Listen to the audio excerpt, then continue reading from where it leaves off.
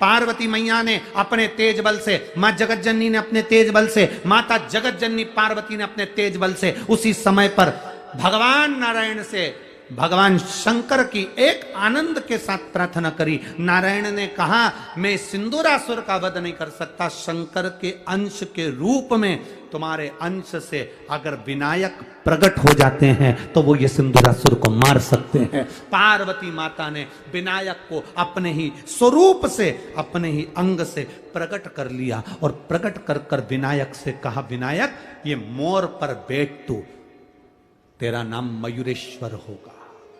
मोर पर बैठ, more one में जा, मोर वन में जा, मोर गांव में जा और मयूरेश्वर बनकर जाकर सिंदूरासुर का वध कर। श्री विनायक मयूरेश्वर को, उस सिंदूरासुर को मारने के लिए जब गए, एक सतयुग, एक त्रेता, एक द्वापर, एक कलयुग पूरा निकल गया तो भी वो मर नहीं पाया। सिंदूरासुर मरा क्यों? गणेश जी उसको मारने का प्रयास करते थे, मयूरेश्वर भगवान विनायक उसको मारने का प्रयास करते थे। जब उसको मारने का प्रयास करते थे तब वो दूसरा जैसे युग आता था तो वो अपना रूप चेंज कर लेता था, रूप बदल लेता था।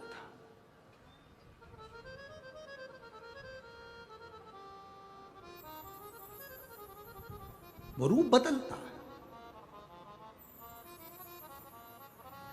विनायक को लगा सतयुग निकल गया, त्रेता निकल गया,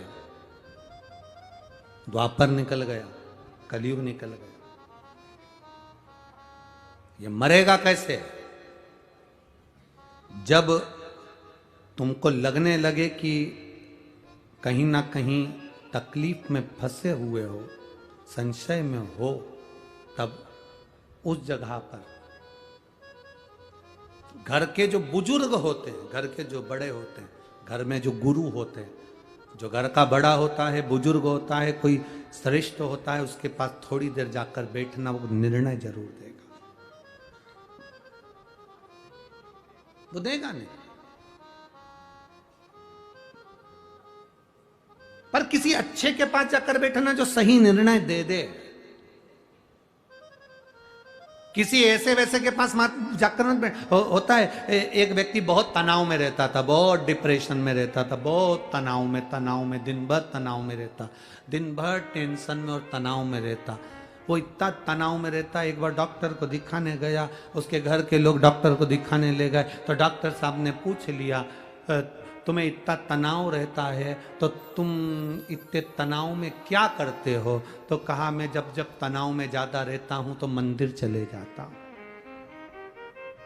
डॉक्टर खुश हो गया, तनाव में रहते हो तो मंदिर चले जाते हो, बहुत अच्छी बात है। मंदिर जाकर क्या करते हो? आराधना करते हो, पाठ करते हो कि पूजन करते हो? कुछ नहीं करता, मैं इतना तनाव में रहता हूं, मंदिर चले जाता हूं। मंदिर जाकर करते क्या हो? कुछ नहीं करता, पूजन पाठ कुछ नहीं। तो करते क्या हो? मंदिर पे जाकर जो सब चप्पल छोड़कर जाते हैं दरवाजे पर, उन सब की चप्पल को एक दूसरे में मिक्स कर देता। इससे क्या होता है? मैं ओटले पर बैठकर देखता रहता हूं, मुझसे ज्यादा चप्पल ढूंढने वालों को तनाव हो जाता है तो मेरा तनाव कम हो जाता है, मेरा तनाव कम हो जाता है। डॉक्टर ने उसके हाथ जोड़े, तू जानी तो मैं डिप्रेशन में आ जाऊंगा, तू जानी। ऐसे कई लोग आते हैं जो खुद तो टेंशन में रहते हैं, दूसरे को भी टेंशन दे देते। हमारे यहाँ भी कुबेरेश्वर धाम पे एक टेंशन ऐसा है, ऐसा कई लोग रहते हैं। एक हमारे यहाँ भी ऐसे ही है, वो जब भी बोलने आएगा ना, कोई साधारण सी भी बात होगी ना, कोई मिलने भी आए तो महाराज महाराज। हमने कहा क्या हुआ? कोई आया। अब अपने को ऐसा लगे कौन आ गया, ऐसा तो चिल्ला के आया, हुआ क्या? कुछ नहीं, खत्म। ऐसे 3-4 लोग ऐसे हमारे यहाँ। एक हापड़ा भी है, हापड़ा भी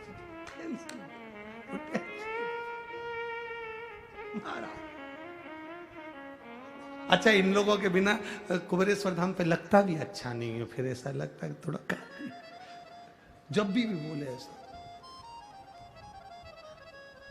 हल्की सी पानी की बूंद गिरी बारिश की और वो अंदर आके चिल्ला के, बहुत तेज पानी आ रहा है, बहुत तेज। इतने में हमने कहा जितने भी लोग बाहर हैं उनको सबको बोल दो अंदर हो जाए, टीन शेड में हो जाए, जाओ जल्दी बोलो। थोड़ी देर बाद हम जब बाहर निकलते तो एक भी पानी की बूंद नहीं। और पूछो उसको बुला के, इधर तू तो कह रहा था बहुत तेज आया था, चले गए। ऐसे कई लोग हैं बहुत टेंशन देते, बहुत।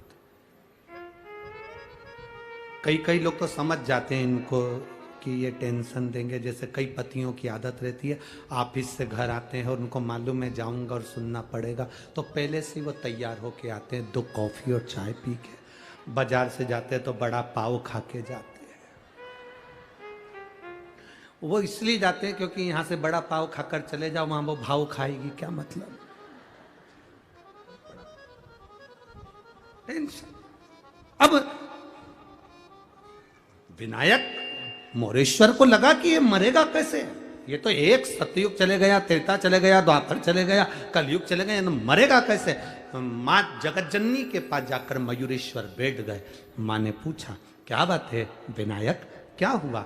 विनायक कहते हैं वो मर नहीं रहा माँ, क्या करा जाए। तब कहा इस नंदी को ले जा। ये नंदी, जब तू अगर उस सिंधुरासुर को रूप बदलते हुए पहचान नहीं पाएगा, नंदी उस रूप को बदलते हुए पहचान जाएगा, तुझे बताएगा, उस समय पर तू संहार कर देना, उस समय तू संहार। अभी कथा में कहा था नंदी दरवाजे पर आ जाए, गौ माता दरवाजे पर आ जाए, समझ लेना वो काल को हरने आए। हमें नहीं दिखता, धर्मराज को दिख जाता है। हमारे यहाँ महाराष्ट्र में पौला की पूजन होती है, बेलों की पूजन, क्योंकि वो देख लेते हैं, काल को भी सम्मुख से देख लेते हैं कि कुछ दुख आने वाला है। तो वो नंदी की पूजन, धर्म की पूजन, बेल की पूजन क्यों होती, गौ माता की पूजन क्यों होती है, उसका कारण वो काल को भी देख लेते हैं कि। तो यहां जैसे सिंदूरासुर ने रूप बदला और मयूरेश्वर भगवान विनायक ने उस सिंदूरासुर का वध कर दिया। नंदी ने बस इशारा करा और वध करा। पूरे भारत की भूमि पर केवल एक अष्ट विनायक में से एक विनायक मयूरेश्वर ऐसे हैं जिनके दरवाजे पर नंदी बैठा हुआ है। अष्ट विनायक में पहला विनायक मयूरेश्वर, जिसका मात्र दर्शन कर लेने पर मैं कहूंगा संपूर्ण भारतवासियों से, देश विदेश में बैठे हुए श्रोता भक्तों को मौका मिले तो पुणे की इस पावन धरा पर आकर मयूरेश्वर विनायक का दर्शन करिएगा। वो सुख प्रदान करने वाला, वो आनंद देने वाला, भक्ति के बल को बढ़ाने, भक्ति के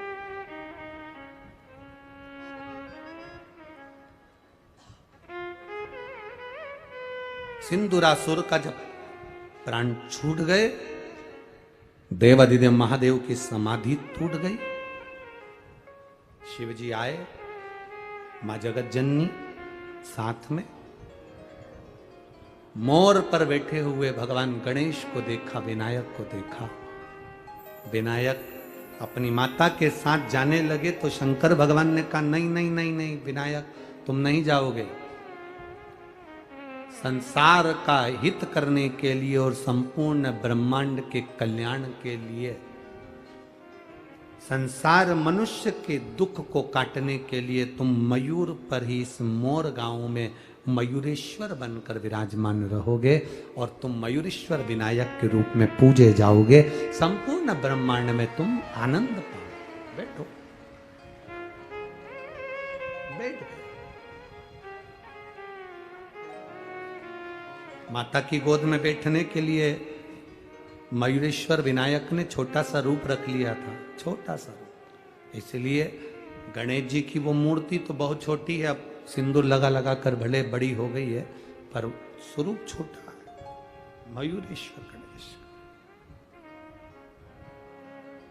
सुख प्रदान करना, समय आया ये ब्रह्मांड की रचना के लिए, ब्रह्मांड के सुख के लिए देवता रूप बदल कर आते रहे।